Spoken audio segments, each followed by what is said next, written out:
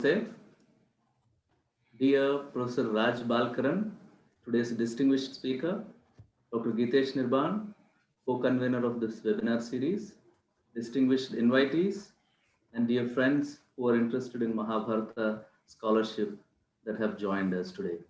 I welcome you all to the 32nd session of this series of webinars on Mahābhārata, hosted by the Department of Philosophy, University of Delhi, and Kamala Nehru College, University of Delhi. These webinars are being organized under the aegis of SPARK project, which is a scheme for promotion of academic and research collaboration, an initiative of Ministry of Education, Government of India. Though I have been, it is a kind of repetition every time that I do. For the sake of the speaker and the friends who joined for the first time, let me share the details of the project once again. The title of the project is Yoga Consciousness in Mahābhārata and Bhagavad Gita, an ethical value for societal and political well-being. We are working as a team for this project along with Professor Vishwa Adluri from Hunter College, City University of New York, Dr. Joydeep Bagchi from Germany, who is presently associated with Hindu University of America, and Dr. Gitesh, who is hosting today's presentation to today's webinar from Department of Philosophy, Kamala Nehru College, and me, Professor Bala, Head of the Department of Philosophy, University of Delhi, as Indian Principal Investigator. Our extended team consists of Ms. Jayshree Jha, Ms. Anmolpreet Kaur, Ms. Megha Kapoor, who are the research scholars at the Department of Philosophy, who have been working on various aspects of Mahābhārata for their doctoral research, and Ms. Deepshikha, who is a postgraduate student of the department. As far as our project is concerned, it is our collaborative attempt to revisit the Indian epic to explore yoga consciousness as one of its underlying messages, while understanding how Dharma, as a result of yoga consciousness in Mahābhārata, can well be interpreted for political and societal well-being. And specifically in this regard, the present talk by Dr. Raj is going to be very much relevant to the project and would be very helpful to us. The specific pointers that we have chosen for the in the project are looking at yoga consciousness in Mahābhārata and Bhagavad Gita, and also trying to look at ethical values of societal and political well-being. The specific question that we would be addressing is what is the right course of action, how to identify it, and even after identifying it, how to perform it. So I'm very sure the talk of Dr. Raj would be addressing these aspects as well, because he is referring to the modern life in his talk. These series of webinars that we have picked up, that we have been conducting, are our humble attempt to make the various aspects of Mahābhārata reach the diverse audience who hold interest in the study of epic. We started this series, the series of webinar, during the extreme phase of lockdown to engage the minds with Mahābhārata. We have had the privilege of hosting scholars of repute from universities and organizations in India and abroad, wherein diverse topics related to Mahābhārata and Bhagavad Gita have been touched, ranging from societal and political well-being, ethical dilemmas, justice, consciousness, karma yoga, instrumental violence, environmental influences, dialogical consciousness, and many more topics pertaining to the epic, all as an attempt to explore Mahābhārata for the human well-being. And we are very honored to have today with us Professor Raj Balkaran from Oxford Center for Hindu Studies, who would be speaking to us on the Mahābhārata and Dharmic double helix, epic wisdom for modern life. And we are looking at Mahābhārata. What was the role of Dharma in Mahābhārata, and what is the role of Dharma in Mahābhārata if we are looking at it from the contemporary perspective is very important. And during these 30 lectures that we had, we also entered into the dialogue that we have seen in the process of interpretation of the text that have come up. Especially, we also had a look at the traditional interpretation of the text as Dharma Shastra, which was very well explained in some of the lectures that we have already had from the speakers.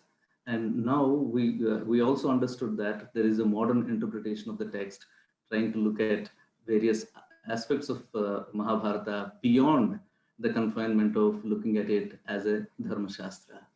And in this particular aspect, what is the role of Dharma in Mahābhārata for the modern life? I'm very sure when Dr. Raj has mentioned it as modern life, he meant the contemporary life. So what is the role of Dharma in Mahābhārata for the contemporary life?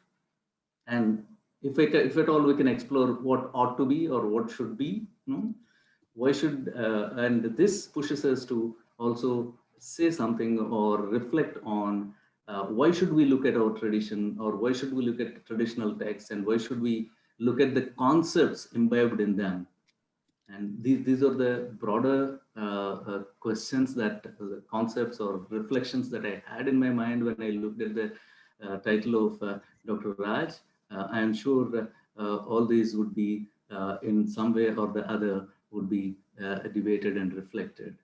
And one of the important things that when we look at Mahābhārata, the scholars stress is looking at the text as a praxis, theory and practice in action. And there are various insights that we can draw from the text in this particular regard as well. And I'm sure Dr. Raj would give us very insightful thoughts with regard to how best we can make use of the concept of Mahābhārata by looking at it from the contemporary life. Without wasting much time, I request Dr. Gitesh to introduce Dr. Raj Balkaran and take the proceedings further. Thank you. Over to you, Dr. Gitesh. Thank you, Professor Bala, and welcome, Dr. Raj Balkaran. Namaskar to all. We are very honored to have amongst us Dr. Raj Balkaran, as Professor Bala just mentioned. Dr. Raj Balkaran is a scholar of Sanskrit narrative text, and he's the author of The Goddess and the King in Indian Myth, Routledge 2018, The Goddess and the Sun in Indian Myth, Routledge 2020. He has, to his credit, several academic articles and book chapters. He's also an avid spiritual practitioner who has been initiated into ancient Indian wisdom traditions by multiple lineal masters. And he has been engaged in daily practice for last 2 decades. As a seasoned online educator, he teaches at the Oxford Center for Hindu Studies, where he also serves on their curriculum development board. Dr. Balkaran is also the founder of the School of Indian Wisdom, where he designs and delivers original online courses centering on the practical life wisdom to be found in the philosophical, mythological, and spiritual traditions of ancient India. Beyond teaching and research, Dr. Balkaran runs a thriving life consulting practice, and he hosts the New Books in Indian Religious podcast. His introduction is unending, and you're welcome to read about him and his detailed scholarly work on the page rajbalkaran.com. We are so honored that he gave us time for today. It's early morning for him. And as Dr. Bala just mentioned, he's going to be delivering the address on the Mahābhārata and Dharmic double helix, epic wisdom for modern life. And his lecture undoubtedly is of great significance because he's drawing a connect of the text with the world today. Over to you, Dr. Balkaran, and welcome once again. Namaskar, and thank you very much for this very warm welcome and introduction. Despite the great difficulties of the era that we're living in, one of the boons of COVID-19 are that we can meet on Zoom. And as the sun is rising in Toronto and the moon is rising in Delhi, still we can be together in this space. And so I look forward to sharing what I can with you today. I will now share a screen.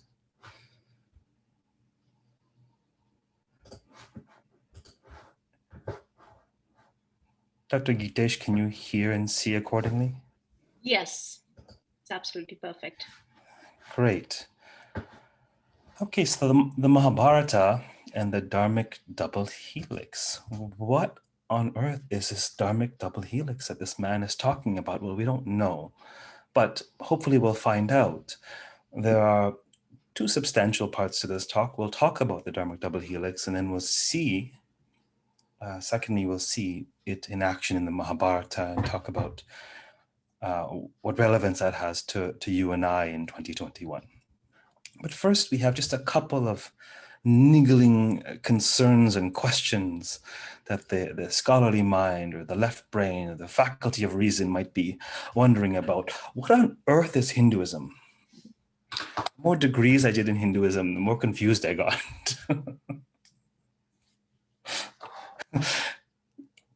When you teach world religions, yes, to undergrads, Hinduism is the chapter that most wince at, whether they're from expertises in Christianity or Islam or Hinduism. It is very difficult to convey what Hinduism is because unlike the religions of the West and even Buddhism, there's no singular founder. There's no single body of text. Hinduism is an ecosystem. It's not a species. It is not a genus. It is an entire jungle. That is one of my favorite metaphors for teaching Hinduism, is that it is a jungle. Various flora and fauna interconnected. And what you make of the jungle will depend upon your perspective and what you're interested in studying and all that.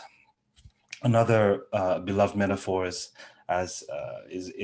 comparable, analogous to human physiology. You may have the circulatory system you're studying, you may have the respiratory system you're studying, you may have the endocrine system you're studying, and then you may put them all together and say, well, the heart is the circulatory system, but it requires signals from the endocrine system, and oh, it requires oxygen from the respiratory system. Yes? It's complex. There are philosophical strands, theological strands, social strands. At the end of the day, it's all one jungle. So it's a whole ecosystem. And so it's very difficult to convey that in one fell swoop. But the metaphor that's most top of mind these days is as a tapestry. The tapestry of Indic civilization, of Dharmic traditions, in what we now call Hinduism, has various strands. Yes, this is a 30,000-foot view, multi-millennia flying by with every soundbite. We have the Vedic strand. We have the ascetic strand, philosophical inquiry. We have the epic strand, very important strand. We have perhaps a tantric strand. We have the bhakti strand. These are not meant to be exhaustive. They're meant to be generative and hopefully useful in thinking about the Hindu tapestry. But it is, where do we get yajna from? Well, the Vedic strand. Where do we get contemplation and the pursuit of jnana for the sake of liberation? Well, the ascetic, the Upanishadic strand. Yes. The epic strand, it is in the Sanskrit epics that we see the weaving together of these two first value systems. This is where we see the Dharmic double helix woven, and we will talk about that in glorious technicolor detail, I assure you. But in this preamble stage, let's just dispense with one other niggling question you might have in the back of your brains. What the heck is story? Why is it important? How do we study it? Well, it's a very brave or foolish soul who decides to make sense rationally of story, because, an analogy that I often bring up in teaching Hinduism is that, say you're parched and you're thirsty and you just really want something to drink, yes? And someone gives you a coconut and you're like, what the heck is the matter with you? This is dry and it's coarse, it'll just bruise my tongue. What am I gonna do with this? And they pull out a machete and they crack it open, and all of a sudden you have the most delicious hydrating water, delicious water you've ever had. Yes, this is narrative. You have to crack the coconut. There's so much exposition. There's so much wisdom. There's so many teachings there, but they're not laid out in a chart. They're not commandments. Sometimes in the Mahābhārata, you have very clear exposition, Shastra, do this, don't do this. This is the duty of the king. But more often than not, the hydration, the coconut water, the fruit, if you will, is encoded. It's encoded in the characters. It's encoded in the plot. And you need to crack that imaginary, that narrative coconut with your rational mind in order to get anywhere. You know, there's much we could say about the power of story. I'll keep it as brief as I possibly can. Story is ubiquitous. There is not a human being on the planet that is not capable of narrating stories or interpreting stories. Story is crucial for human consciousness. We don't make sense of lives in charts. We make sense of lives. How? What is his story? What is her story? What is their story? A news story. The act of narration is the act of meaning making. It's how we make sense of the world and ourselves. It's not the data. Even in the scientific realm, a theory is a story to be told about the data. Einstein told a very different story than Newton did. Grounded in objective reality. I'm not collapsing the distinction between, you know, the inner world and the outer world, which we'll talk about. But the power to narrate is the power to convey meaning, to communicate complex ideas. Yes, it's perennially human. One can argue that maybe the animals do have language, if you've ever seen them speak to each other. But the animals don't have story. Other animals, I should say. We are also animals. We are storytelling animals. We are the heirs of angels and apes combined. But we can tell stories. And the scholars may be attuned to this power of storytelling. Maybe, maybe not. Some yes, some no. But all of the marketers know the power of storytelling. Most parents know the power of storytelling. Most who give presentations to boards know the power of storytelling and its ability to move human consciousness. And, you know, the Mahābhārata is a great and profound story, quite possibly the greatest, pun intended, largest, as well as most exalted storytelling on the planet. In engaging that story world of the Mahābhārata, we have to just touch on this important concept that comes from religious studies, really, but it's really a concept that the world is in a tussle over, and the idea of whether or not we should engage the narrative from an insider, from one who adopts it as the gospel truth, pun intended, or we should engage the narrative as an outsider. The Etic Divide. My pedagogical strategy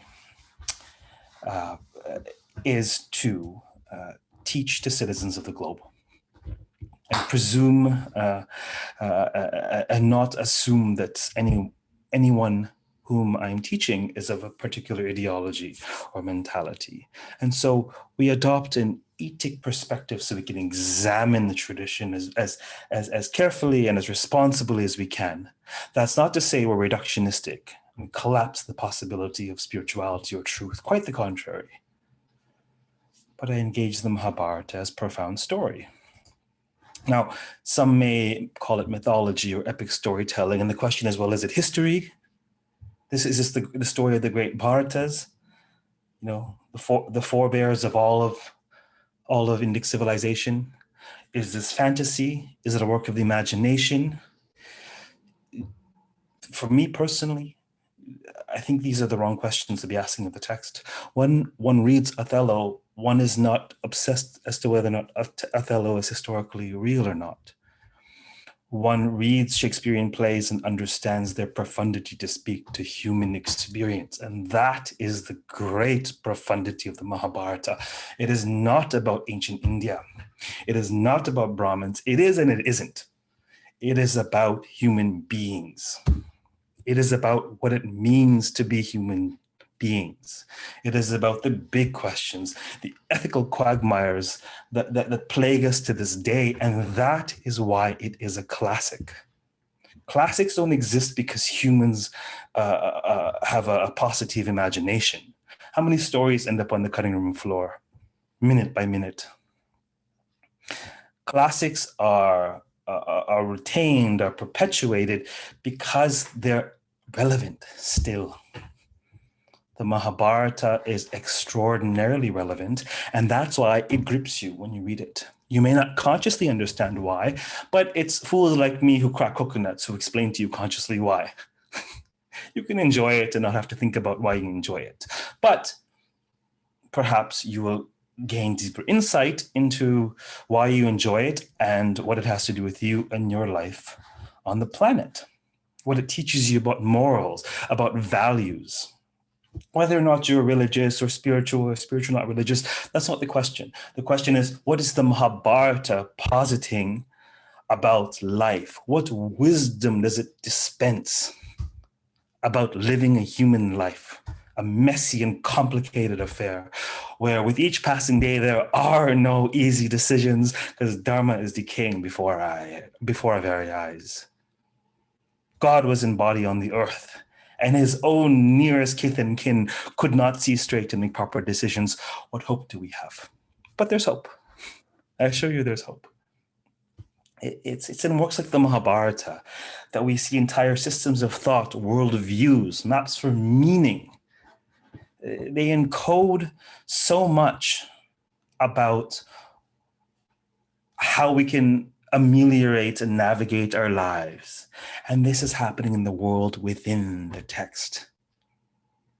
Yes, there's a world behind the text that authored it. Yes, there's a world in front of the text that's receiving it, but the world within the text is where the power lies. Yes, these three worlds interpenetrate, of course. I'm not daft, at least not today. But I focus on the world within the text, and this is called synchronic reading for those with a more scholarly bent.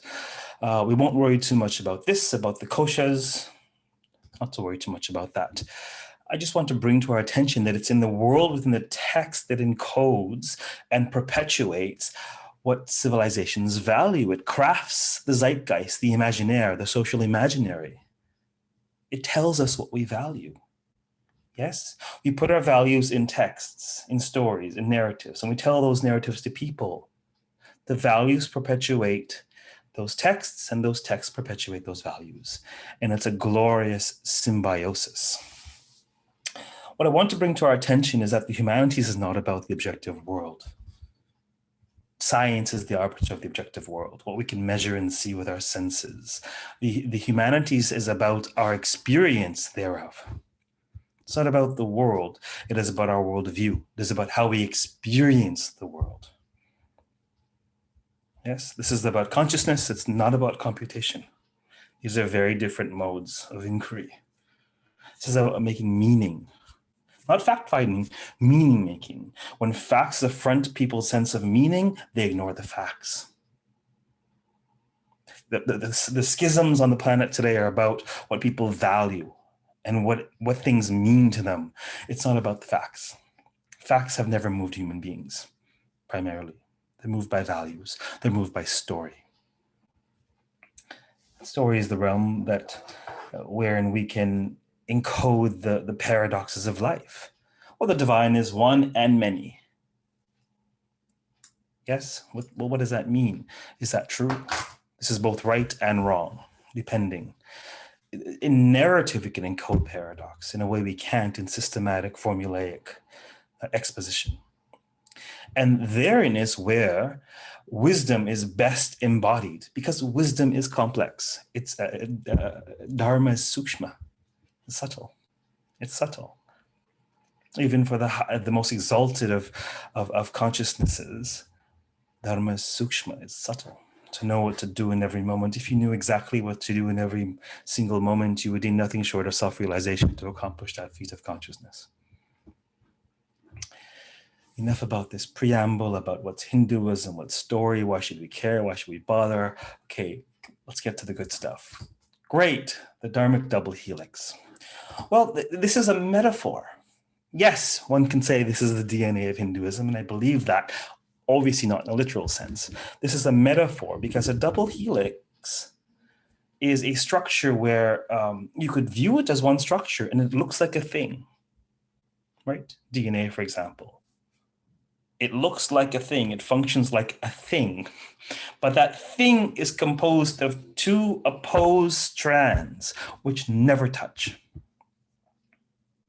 Those strands are in constant opposition, and this creative tension is what spins the double helix. And I'm using the metaphor of the double helix to talk about Dharma itself. This comes from my doctoral research. When did I defend? 2015. This book came out in 2018. It's essentially the dissertation. So save your shillings if you need to. The dissertation is available on my website for free. It's available really anywhere through any Google search. But if you're interested in this book and you're not inclined, you can't afford to buy it, Routledge books aren't cheap, then please just look at the dissertation from my website for free. Okay, but this is where I come up with this idea of the Dharmic double helix. I wondered why on earth the dissertation was about the Devi Mahatmya, the glories of the goddess. Well, we can talk about that in Q&A, perhaps. But why are the glories of the goddess told to an exiled king by a forest-dwelling hermit? What's up with this whole kings in the forest thing that we see everywhere? What's up with that? Why is that important? This is a question that launched this project. And the fruit of that, my findings were occasioned by entering the world of the Mahābhārata and talking about this thing called Dharma, which means many, many things.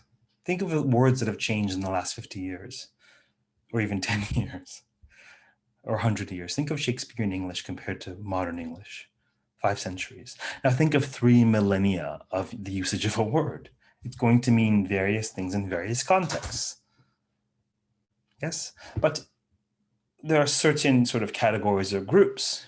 We could think of Dharma as duty. What is my Dharma? Well, my Dharma is to lecture or present on ideas, or my Dharma as a parent is to care for and protect my child. My Dharma as a citizen is to pay my taxes, for example. It means duty. It also means virtue or righteousness. Well, what is Dharma? Buddhism says Dharmam Sharanam Gacchami. I take refuge in the Dharma, in the teachings. Yes. The teachings really are what that means is a morality, virtue, in virtue. Yes. And interestingly enough, Dharma is purpose. Appends Dharma is to right. Now, this says a lot about a human life. Just the ways in which Dharma is used says a lot about a human life. When you're seeking your purpose in life, you're also seeking your duty. And when you're seeking your duty, you're also seeking your purpose. Sometimes your duty may conflict with your purpose. But if you're really pursuing Dharma, you will do what you're born to do, in tandem as discharging your duties to others. And this is the path of righteousness. These 2 strands, this double helix, great. Well, I'm not entirely sure who the crowd is, but I imagine you're well aware that there is this vast and ancient and colorful history that yields what we call Hinduism today. And the most perhaps revered and long-lived strand is this: fire sacrifice. Vedic ritual fire sacrifice. To this day, Idam Agni Swaha, Idam Agni Namama. Incantation, Sanskrit mantras, and oblations into the holy fire. Vedic sacrificial religion, the oldest, perhaps most revered, depending on your stripes, strata of what we call Hinduism. Right. This is a mode of religiosity, and I'll sort of do this fairly briefly, and then what I'll do is I'll leave a fair bit of time for Q&A, because then I'll get a sense of where you are at and what you need more information on. But this is a mode of religiosity predicated upon ritual sacrifice. Why? So that Agni, the fire god, can this is like ancient cosmic text messaging. The text message goes up to Indra, to the gods, to Shiva maybe, and they receive the psychic ping and they bless us in kind. Yes. So in this context, this occurs in the context of, well, there's a pantheon of deities that need to be appeased. There are forces of nature that need to be appeased. We live one life in the world. We want to prosper here. We want to be protected. And when we're done, we want to go to Svarga. Take me to heaven. I don't want to go to hell. And I need to precisely align myself in accordance to what's dharmic, in accordance to social dharma, to ritual dharma. I need to properly align myself in the world. Yes, so that I can have more enjoyment in heaven when we're all done. In the world. And so this is even, for example, here's an example from the Sri Suktam, which is probably later than the Rig Veda, but it's appended to the Rig Veda. And just the mode of the Sri Suktam is just, although it's worshiping Lakshmi, this glorious deity, consort of Vishnu, really is worshipped from the Puranic era onwards. It's unsurprising that Lakshmi should find a home in the Vedic corpus because she represents everything that Vedic sacrifice wants, is striving after: prosperity, dhanam dhanyam sudam jayam, hayam hastinam evaja. And so it's the mode of sacrifice. Invoke for me, O fire god. Take this on the cosmic Wi-Fi. Send this. Invoke the goddess Lakshmi, who shines like gold, yellow in hue, wearing gold and silver garlands, blooming like the moon, the embodiment of wealth. Who wouldn't want that? Hiranyavarnam harinim suvarnarajadasrajam chandram hiranmayim lakshmim jatavedo maavaha tamavaha jatavedo lakshmi manapagaminim yasyam hiranyam vindeyam gamashvam purushanaham. O Agni, invoke for me that unfailing, that unfaltering Lakshmi, being blessed by whom I shall win wealth, SUVs, instead of horses, cattle, and people, men, women, whatever your fancy is. This is the Vedic strand of the Dharmic Helix. Well, when I say who wouldn't want that, well, hey, there's a whole movement of religious revolution. Who wouldn't want that? This is the movement, the Shramana movement of the Indian Renouncers. Moving about with wild beasts and dwelling with them alone, living a life just like theirs. Clearly, that's the way to heaven. There's conjecture.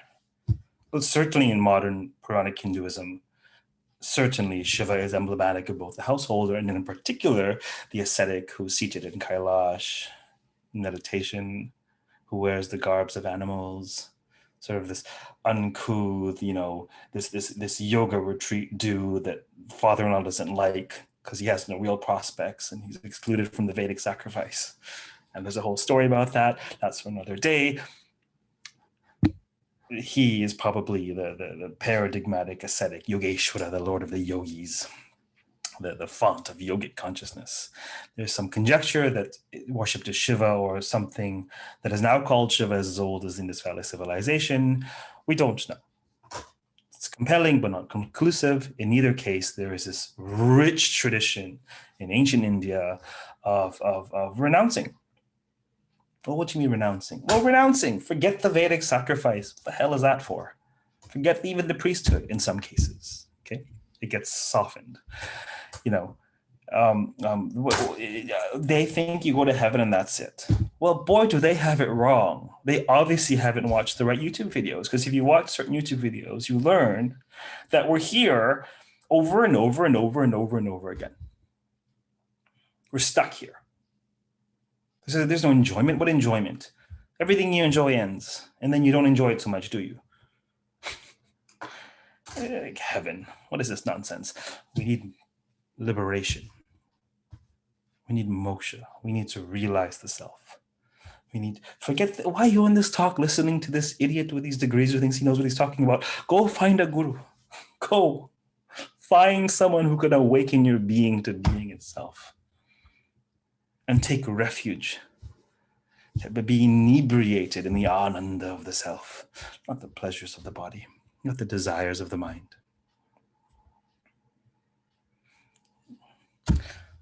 Lakshmi, you are for people in the world. but everything you bless them with will end because of the powers that be. Realize the self. Very, very different, yeah? Just yoke yourself to categorical moral imperatives. Always be nonviolent. Always be truthful. It doesn't matter. What do you mean be nonviolent? I have to like kill this thing so I can eat. No. Don't kill anything to eat. Except maybe plants. Always be truthful. Even if a serial killer is asking where your family is, be truthful. Don't steal anything. Don't be attached. Let it go. And brahmacharya doesn't mean that you've been off Tinder for a couple of years. It means you're not expending sexual, erotic, libidinal energy outwardly towards other people. Brahmacharya. Well, wait a minute. So then how do we perpetuate species? Well, yes, this is not for us. We're not here to perpetuate the species. We're here to opt out of that whole cyclical thing called creation, opt out of sacrifice on the overt religious level, opt out of the sacrifice, which is nature itself. We are opting out of creation. We are realizing the self. Okay, so what are you telling me? You're telling me that Hinduism is about world affirmation and blessings in the world, and you're also telling me that Hinduism is about realizing the self and transcending the world? What on earth are you talking about? Yes. These are two strands of the Dharmic double helix. One Vedic in origin, Vedic historically. I understand Vedic now is a word that means pertaining to Dharmic traditions, Indic traditions that now are associated with Hinduism. Because of course that renouncer movement, some coalesced into Jainism, Buddhism, other paths that rejected the entire machinery of Brahmanism, but Brahmanism has this wonderful power to adapt. That's why it survived for millennia. That's why Hinduism is the oldest living religion in the world, because it can adapt. It has adapted. It folds in the exalted spirituality of the yogis. It says we will take that too. Well, now we have a problem. We have a bit of a problem. It's a little cramped here. We have to find a way to work this out. We have to work out, this new exalted spiritual philosophy whose methodology is contemplation versus sacrifice, that believes in this whirling of samsara that needs to be transcended, that actually doesn't really want to procreate or even have any kind of sex at all, and initially is a little, reclusive. We have to fold that in too somehow. Somehow we have to fold that in. Okay. Well, how? How do we begin to do that? Dun, da, da, da. Chapter 3 in the saga, or book 3 in the saga of Indian religions, Hinduism, is the Sanskrit epics. The Mahābhārata in particular. One can view the Mahābhārata's very purpose as folding in these religious extremes, as functioning as a conference of religious voices, and folding in everything it can. It even tells you what's not here is nowhere. We know, we've searched online, we've searched high and low, we've done all the Google searches. It's all here, baby. It's all in the Mahābhārata. Ramayana, we can talk about that. I'll touch on that for an important reason later. I imagine this crowd is very familiar with what the Sanskrit epics are, but it's there where we have this discourse of, well, yes, you have these paragons of virtue are nonviolent. Okay, you have these moral imperatives, but wait a minute, paragons of virtue are nonviolent? Isn't the Mahābhārata about a cataclysmic war? Doesn't it celebrate violent, heroic warriors? What are you talking about? Yes, both and, not either or. You want either or, go to Abrahamic religion. You want both and, stick with Hinduism. It's A and it's not A. Yes.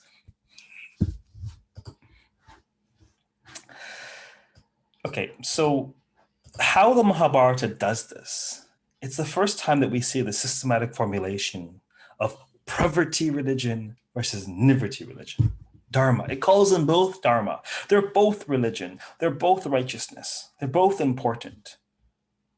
It says that Dharma essentially is bipedal, right? That there are these two overarching groups, modes of Dharma, right? Pravriti and Nivritti. Go engage the world. Follow Pravriti Dharma. Immerse yourself in the activities of the world in a dharmic way. Procreate in a dharmic way. Engage the sacrifices in a dharmic way. And this is the religion of who you are in the world. Your gender, your caste, your orientation, your etc., etc., etc., etc., etc. Pravriti. Go and turn the world. This is the religion of the masses by far. Oh, but there's also this thing called Nivritti religion, and you're a little too cool for school, perhaps. But this is a path of rigor, of scrupulous discernment and care and self-restraint. This is the religion of the few. It's entirely self-directed, while Pravriti is entirely directed at the collective. The ascetic is the hero of this strand, the ascetic, the yogi, if you will. Okay? Wise, virtuous, having renounced, no relationships. He performed his own funeral already. Ironically, he's compassionate to all beings, because compassion is in him. So if beings are in his presence, he'll be compassionate. There are narratives of forest-dwelling hermits that are so attained that the wild beasts, what a brilliant, brilliant image. The wild beasts lose their wildness and become tamed by his very presence. He's just vibrating, emitting the frequency of ahimsa. Lovely. And on the other extreme, l'état c'est moi, not the periphery, not someone having rejected the social circle, the sphere. He is the center of it. His relationship with everyone. Yes. He protects his dharma, actually, his Pravriti dharma. He is the height of Pravriti dharma, because his Pravritic dharma is ensuring the proper regulation of all people's Pravriti dharma. His social duty is to ensure society itself functions the way it should. He is the antithesis of the ascetic, right?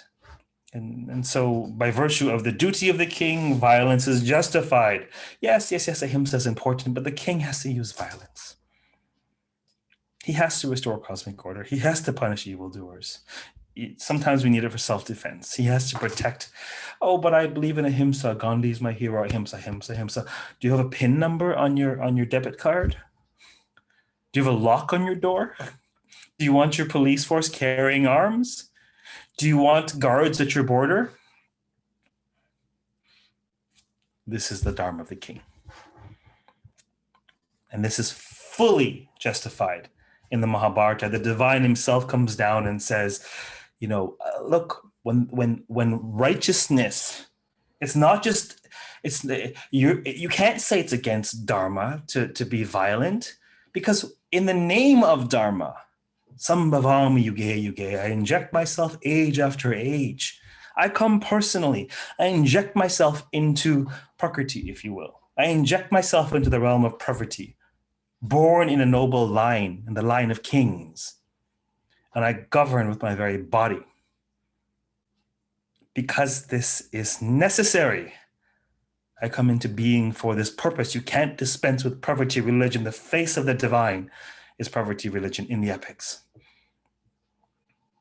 Yes, God doesn't come as a Brahmana. God comes as a Kshatriya.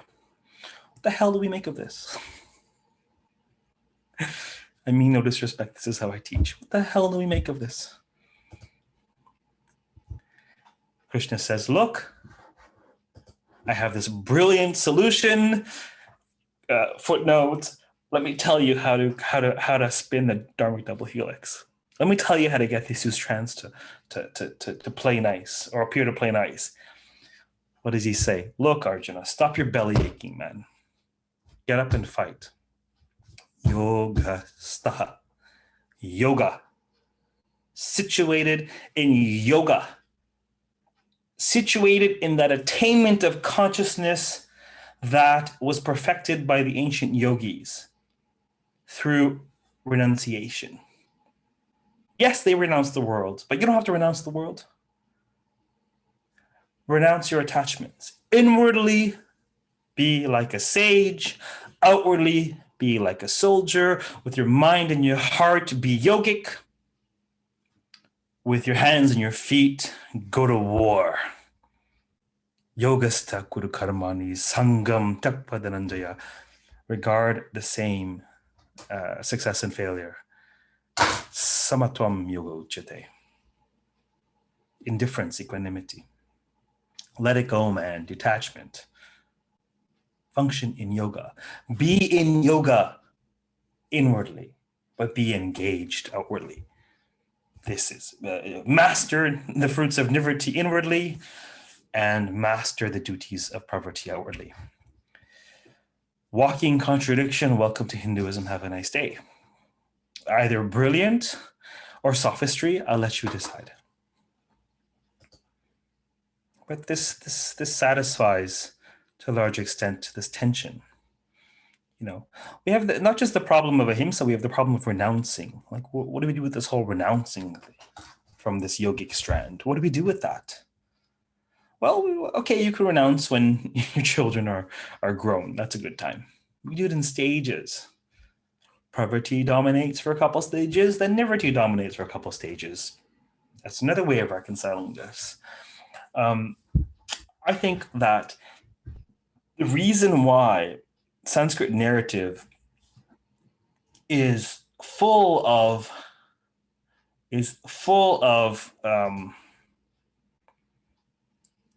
forest-dwelling hermits is because they are the embodiment of this worldly Brahmanical duty, but renouncing living in the forest.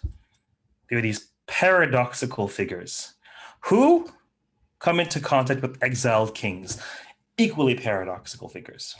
The king, what is a king without power? What is a king beyond the kingdom? What is a lake without water? The conversation between the sage and the king is similar to the conversation of the Brahmana and the Kshatriya at the court, but it's happening in renunciation, in exile. This is a rich, rich, rich narrative, literary encapsulation of the Dharmic double helix. This is why the kings of the great Sanskrit epics always end up in the forest in a pseudo-exiled state, in a pseudo-ascetic state. Why does Rama wear bark garments? Nobody asked him to do that. He isn't just exiled to the forest.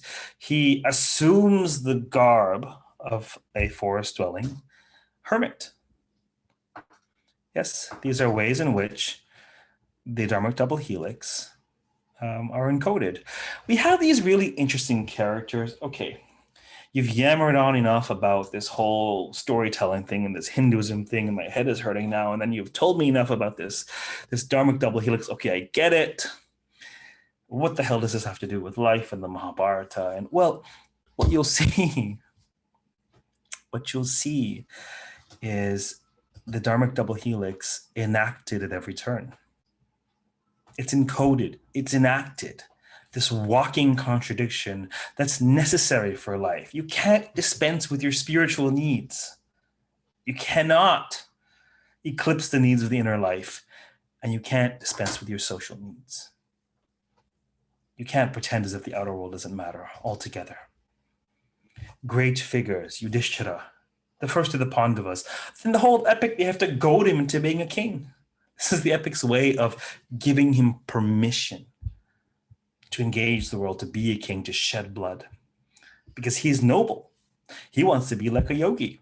He wants to be a sage. He wants to renounce. And at every turn, they're like, Yudhishthira, go be a king. Yudhishthira, go be a king. This is the epic's way of justifying both strands of the Dharmic double helix. Arjuna, obviously, he wants to renounce. And Krishna's like, okay, you're speaking wise words. You've watched the right YouTube videos, but you're a fool. You don't know what you're talking about, because if you really wanted to renounce, you wouldn't be so emotional. Bhishma. Bhishma is a glorious exemplar of the Dharmic double helix. Who is he? He's born in a royal line. Yes, he's not just a Kshatriya. He's not just born in the royal family. He is the heir of the Kuru throne. Bhishma, king, poverty, the face of poverty. And what does Bhishma do? He renounces the kingdom and he makes this awesome vow, which is why he's Bhishma. I will not procreate. The line ends with me. And this, he's a walking example. Bhishma, is he a soldier? Is he a warrior? Yes, absolutely. He's fierce, but he's also a sage. He's also extraordinarily wise. He has almost all of the wisdom of Krishna, but none of the trickery. Not that he's above reproach. He makes the mistake of not protecting Draupadi, for which he suffers greatly on his bed of arrows. He makes the mistake of ill-treating Amba, for which he is slaughtered by her reincarnated. Bhishma is a glorious example. This is a powerful image. He's lying on the bed of arrows, warfare. These are the hazards of the outer life. This is the gore of war, poverty. And while he's doing that, he's fully peaceful. And what is he doing? He's expositing wisdom, Nivriti. This is why this image is so powerful in our consciousness. It's encoding to oppose systems of being, ways of being. We can say more about that in the Q&A. All kinds. He's a royal figure. He's a king. How come he's not an idiot like the other kings in the text? How come he's not like Yudhishthira scratching his head or Arjuna at every turn? How did he get so bloody wise? He's a king because he renounced the kingdom and he renounced marriage, presumably even Eros itself. And he's the font of all of this wisdom, although he's the born heir to the Kuru line. He is the face of the Dharmic double helix. Also, the Pandavas enter the forest, just like Rama. They have to enter the forest. This is part of the gig. They have to enter the forest. They have to be schooled on. They have to be schooled. Bhima, let's just murder them all. Let's just crack their skulls open. What the hell's your problem? Look what they did to our wife. Crack their skulls open. Let's be done with this. No. We have to be nice. We have to play nice. At every turn. There's even a large section in the Forest book 3, where they sit there and do nothing but listen to the sage Markandeya Mahamuni, in the flesh, expositing pearls of wisdom. At one point, Draupadi is abducted, and they reclaim her, and Yudhishthira is sitting there saying, "Oh, was there ever a man who had it worse than me?" And Markandeya is like, "Yes, there was actually. His name was Rama. His wife was abducted too. And guess what? He was also a face of the Dharmic double helix because he renounced his kingdom on the day of his coronation, the day when he was supposed to become the center of the social world. He opts out of it altogether. He wears bark garments. And the text tells us at every turn that, hey, he was quite wise. He would consult with the wise in breaks in his weapons training. This is profound encapsulation throughout, if you can crack the coconut, that is, of the Dharmic double helix. He has anxiety about bloodshed.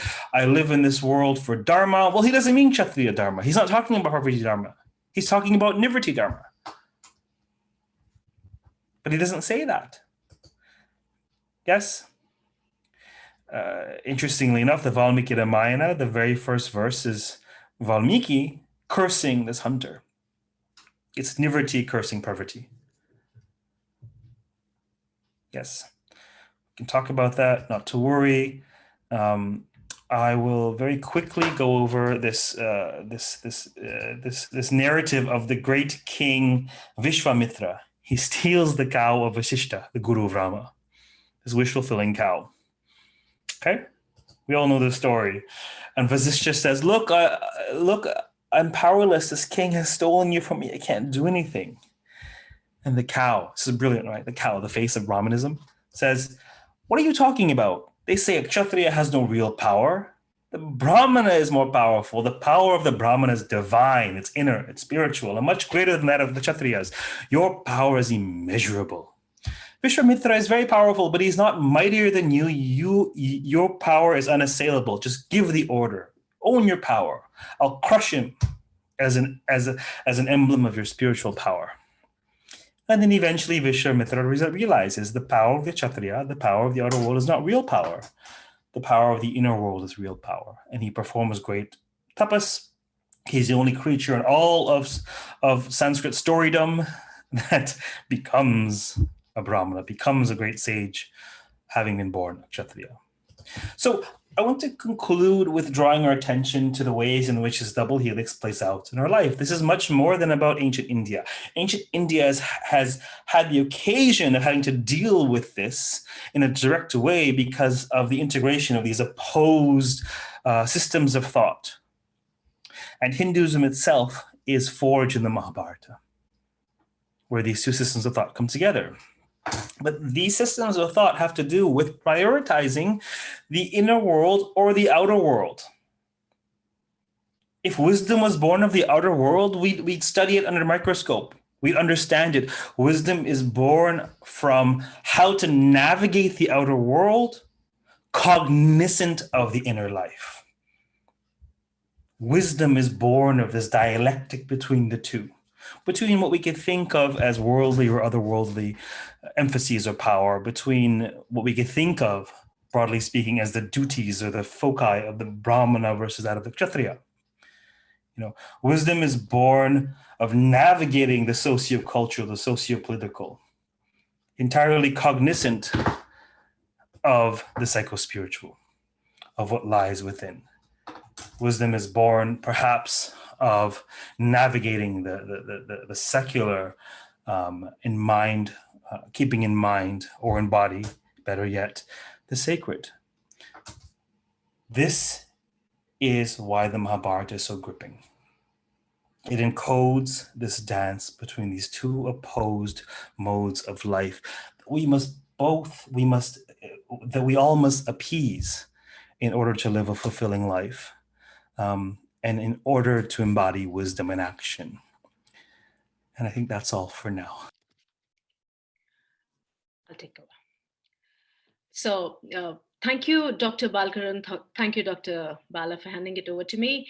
Dr. Balkaran started with an explanation about Hinduism and drew our attention to the profundity of Mahābhārata in it being related to human beings and issues of human life, while presenting it as a glorious symbiosis. And that's where he brought in the concept of forest also, which Dr. Bala did emphasize at the end.